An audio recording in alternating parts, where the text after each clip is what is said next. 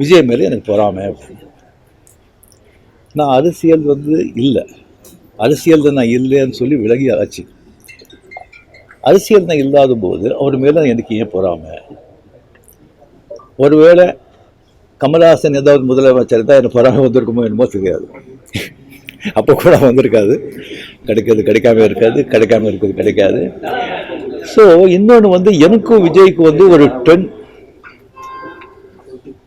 எனக்கும் விஜய்க்கு ஒரு ஜெனரேஷன் கேப், கிட்டத்தட்ட 25 years டிஃப்ரென்ஸ். நான் முதலையே சொல்லியிருக்கேன்.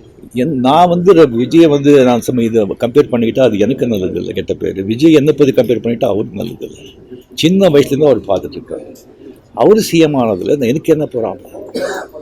அது இவ்வளோ சின்ன வயசில் 52 வயசில் எம்ஜிஆர் என்டிஆர் சாதனை பண்ணுறதை விட அதை விட ஜாஸ்தி.